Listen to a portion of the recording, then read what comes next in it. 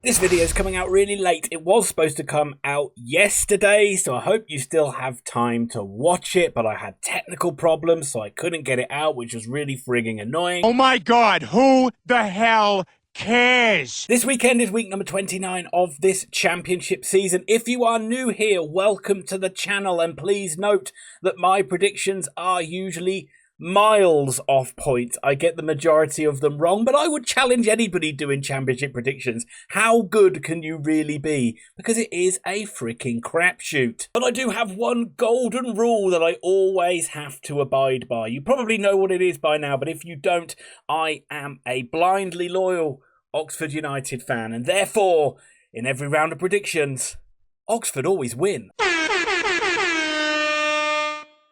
And that statement used to be laughed at by the EFL, but not anymore, because Oxford United are a winning machine at the moment under Gary Rowett. Look out, Stoke. We're coming for you, baby. Will it continue? Who knows? Maybe, probably, yes. We'll never know. But let's find out. Let's dive into these predictions. Starting at Bramall Lane tonight for Sheffield United versus Hull City. You have to back the Blades in this one. They've been so good at home, so strong at home. It's difficult to imagine Hull City going there and getting a victory. And Sheffield United have made some strong signings. Could be the start of the Berriton Diaz era. Could be the start of the Tom Cannon era tonight. Will the cannon fire at Bramall Lane tonight? With Hull coming off the back of a disappointing home defeat to QPR. Not really a surprise. QPR are flying. I'm just going to be backing Chrissy Wilder's men to get another victory on the board as they continue their march towards getting back in the Premier League. I'm going for Sheffield United 2, Hull City 1.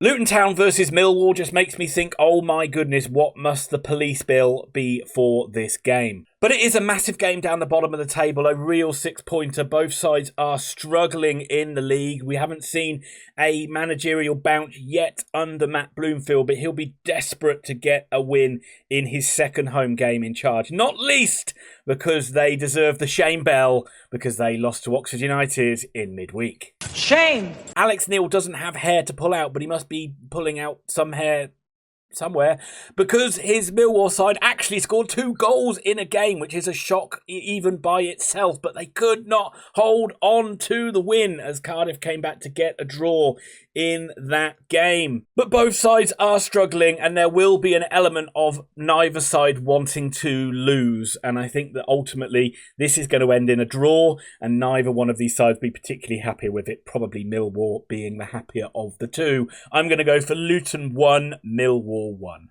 Norwich City versus Swansea City. The Canaries will be delighted to be back at Carrow Road. They are one of many sides, including my beloved Oxford United, that are terrible on their travels. And after 2 tough away defeats, they get to play at home, and they'll be eyeing this one up as a good opportunity to get back to winning ways against a Swansea side who themselves are struggling a little bit under Luke Williams. Luke Williams even came out and blamed the pitch. He blamed the pitch for their defeat to Sheffield United. Well, there you go. You can make your own conclusions. That seems a little bit of an exaggeration to me, but who am I to judge? But it's also a Swansea side they're going to have to be dealing without Harry Darling, and I just don't think that they're going to get anything out of this game. I think you're going to see a nice, comfortable home win for the Canaries, and I think you're going to see this being Norwich City 3, Swansea City 0. Stoke City versus Oxford United, undoubtedly the game of the weekend, I am sure you will all agree. And you can't help but be excited and delighted and confident as an Oxford United fan. The season has turned around remarkably since Gary Rowett has taken charge. We've taken as many points in 7 games as we did for the first part of the season. And we sit closer to, in points wise, to the playoffs than we do the relegation zone, which still baffles my mind. So yes, Oxford are fully confident. Tyler Goodrum back in their ranks for this game as well, and they'll be thinking that they can heap more misery on a Stoke City side who wins are not easy to come by. I've actually thought they've been pretty solid in recent weeks, and then they went and played a Portsmouth, and they were really poor defensively in that game. 2 shocking mistakes. Well, sloppy penalty, sloppy error at the back. Give yourselves a mountain to climb. Really wish you could have kept those gifts for when you played this weekend against Oxford. But I think you're going to see Mark Robins give his side a kick up the backside, because I say they have been quite tough to beat. I expect you're going to see a lot of blood and thunder from Stoke City at the start of this game. They're really going to go for it and try and get ahead of this Oxford side, and because they really are desperate for wins themselves to stop themselves sliding down the table. Hopefully Oxford can weather that storm like we've done in recent away games as well. And of course, I have to back my side to win. One also thing to notice is Stoke are now without Tom Cannon, so hopefully that will make them even more impotent in front of goal. But let's go for a win for those boys in yellow and blue. Stoke City 1, Oxford United 2. Bristol City versus Blackburn Rovers. What is happening to the ex-Premier League champions? This playoff campaign is faltering now under John Eustace. Very disappointing home defeat to Big Frank's Coventry City side, and it just leaves you scratching your head as to where this Blackburn Rovers side will finish. Is it a case that they just punched above their weight in the first half of the season and they're going to fall away? They still remain a difficult side to play against. I think losing their midfielder, Tronstad, got injured in the game against Oxford, is really going to be a huge loss for them. And they come up against one of the most unpredictable sides in the league in Bristol City. They never looked like getting anything out of that game at Hillsborough all day long, but managed to take advantage of some panic in the Wednesday backline and come away with a creditable 2-2 draw. So I don't know what to expect from Liam Manning's men in this one. I have a hard time predicting how they're going to go. And again, it just makes me think it's going to end all square. If anything, I'll be leaning towards Blackburn maybe getting a 1-0 win. But I'm going to go for a draw. I'm going to go for Bristol City 1, Blackburn Rovers 1. Cardiff City versus Derby County. Another big game at the bottom of the table, and you've got real contrasting fortunes between these two sides. Cardiff, I've said it all along, they lost to Oxford, and that really was rock bottom of their season. They've bounced back brilliantly. A superb comeback draw against Millwall when you found yourself 2-0 down early in that game. And again, Bluebirds at home, they'll be thinking this is a great opportunity to get a win against a relegation rival and move yourself even clearer away from that drop zone, because Derby are struggling under Paul Warne. It's not a happy camp on and certainly off the field for the Rams. And Paul Warne has said he wants to see Derby be more attacking. Well, surely that's up to you, isn't it, Paul? You've got to set them up in that way and not just set them up as if they're just going to not lose the game. Because the away form has been pretty poor for Derby County, and they're not backing that up with wins at home like they were doing earlier on in the season at the baseball ground. So just makes me think that Cardiff, they're on good form. They're going to get the victory here today. And every time Derby lose, it makes me think, are they going to pull the plug on Paul Warne? We will see, but Cardiff are going to win. Cardiff 3, Derby 1. Coventry City versus Watford. I think I owe Frank Lampard a bit of an apology. He's done really well. I've been lambasting his managerial credentials, and he's proved me wrong. A couple of stellar wins, and Coventry will, well, they're on the same level of points with Oxford United, but they'll be definitely thinking if they can go on a little run now, they'll put themselves into that playoff mix, because the sides fighting for the playoffs are very inconsistent. It's only going to take one side to go on a little bit of a run and they'll be right in there. And there's no reason why Coventry can't do that. I've said all season they've got good enough players to be challenging up the top, shouldn't be challenging near the bottom. That is with a bit of a false position if ever I've seen one. And maybe the same can be said for Watford. And there's even talk now that that Tom Cleverley might lose his job, and that seems very Watford, to be fair. But that does seem crazy, because they've been doing well in this season. They've been pushing for the playoffs. Things have just gone against them in recent weeks. Again, you just can't predict what Watford are going to do. When I think they're going to win, they lose. When I think they're going to lose, they're going to win. And again, it's a case of a side that's good at home and bad away, but they kind of upset the form book in that regard over the last week. So Watford are very unpredictable, and I just think there's a good little bit of momentum for Coventry, and that makes me think that they're going to win this game. Let's go for Coventry 2, Watford 0.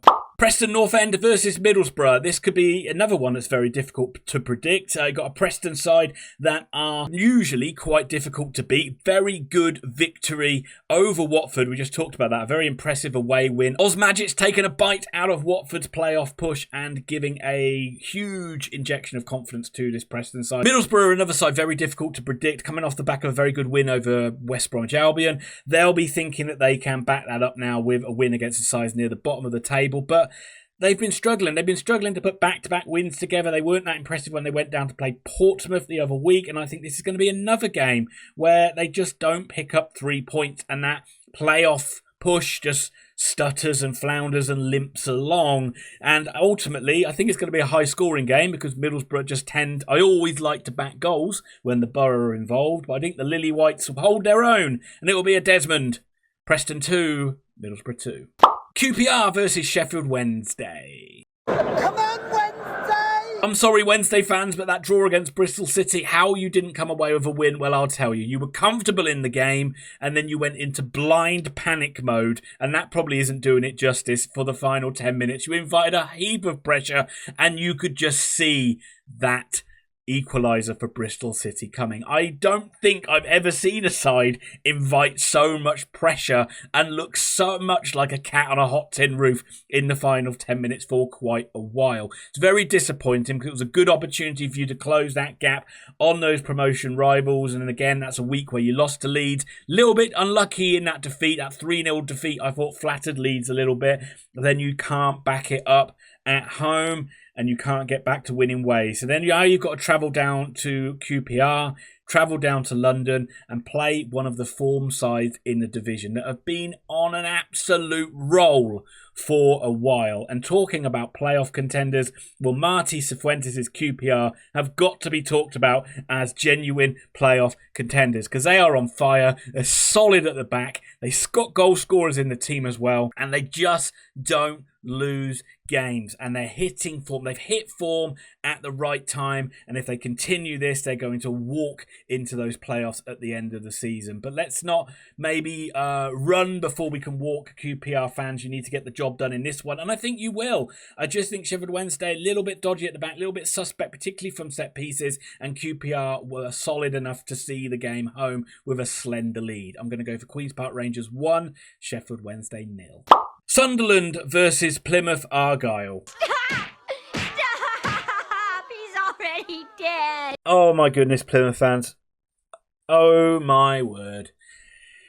Is the season spiralling the drain? Is it season over? Can you turn it around? I will say the one glimmer of hope I'll give you is Oxford's season literally turned around in 7 games. So you've still got time, if you go on a good run, to close that gap and turn it around. But that was a pitiful defeat to Burnley where you pretty much threw the towel in very early on in that game. Burnley took the foot off the gas in the second half, but to be 5-0 down at half-time is atrocious. I feel sorry for Milan Muslic already. He's got a huge job on his hands, and it doesn't get any easier when you look at the fixtures and see you've got to travel up to the Sunderland and the Stadium of Light. The Sunderland and the Stadium of Light. There you go. I can't even speak. But it's a extremely difficult game off the back of that Burnley one. And you've got that issue with Morgan Whittaker as well, where he's just seemed to have down tools and doesn't want to play, which is pretty disgraceful, I've got to say. And I just cannot see anything other than a huge Sunderland win because Plymouth have been so poor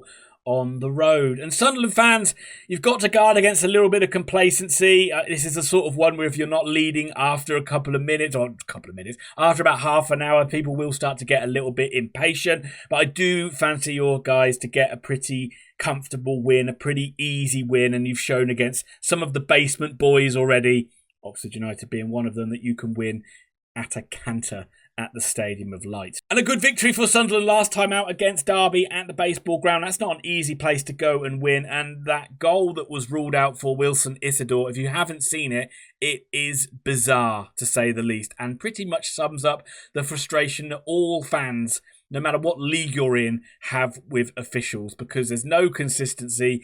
There doesn't seem to be any following of the rules, and you're just, if you get a decision, it's more of a relief rather than expectation. But anyway, regardless, go and check that out because it was weird. Sunderland 4, Plymouth 0.